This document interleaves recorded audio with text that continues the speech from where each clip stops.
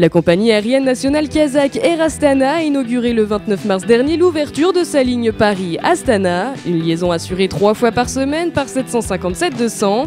La semaine dernière, jeudi 16 avril, son PDG Peter Foster tenait une conférence de presse à Paris pour présenter la nouvelle ligne mais aussi parler stratégie. En effet, plus de 6000 Français se sont rendus à Astana l'année dernière. Astana dont l'aéroport est aujourd'hui arrivé à saturation avec ses 3,5 millions de passagers, d'où la décision de construire un nouveau terminal à horizon 2017, année où la ville accueillera l'exposition universelle. Ce qui est très important, c'est qu'il y avait une décision qui a été prise l'année dernière d'accroître la capacité de l'aéroport en double, c'est-à-dire qu'il y aura un nouveau terminal qui sera donc construit à Astana. Et d'ailleurs, les travaux sont déjà commencés.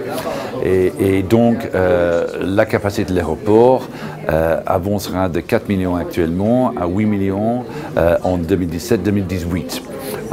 Ce qui est très important pour nous parce que comme on explique un petit peu, notre stratégie est non seulement de transporter les gens entre le Kazakhstan et la France, mais d'utiliser Astana comme hub pour toute notre network sur l'Asie centrale, la Russie du Sud-Est et la Chine de l'Ouest. Et depuis le mois de février en France, les passagers d'Air Astana peuvent bénéficier d'une nouvelle classe au sein des appareils de la compagnie. Baptisée Economy Sleeper, l'offre permet aux voyageurs de réserver une rangée de 3 sièges, transformés en lit avec matelas, couverture et oreiller, à un tarif tout compris aller-retour de 1 500 €. Une cabine déjà en exploitation sur d'autres destinations comme Londres et qui, semble-t-il, fonctionne très bien. Explication. Ça demandait un petit peu d'aménagement, aussi, ça demandait aussi un rideau pour séparer les cabines, enfin la cabine économique avec la cabine Economy Sleeper. Et on a lancé ça au mois de février, sur Londres d'abord, Francfort et maintenant évidemment Paris et Hong Kong aussi.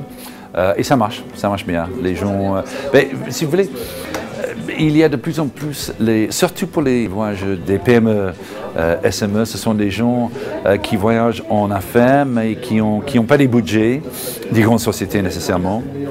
Et donc, leur politique de voyage ne les permet pas de voyager en classe affaires, mais ils ont quand même besoin d'un peu de sommeil quand même avant leur travail.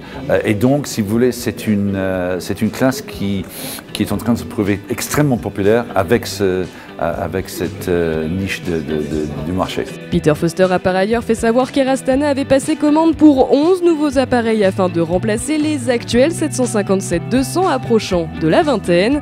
Reste à savoir s'il s'agit des A320neo d'Airbus ou des 737 MAX de Boeing. Réponse avant le Bourget, nous a affirmé Peter Foster.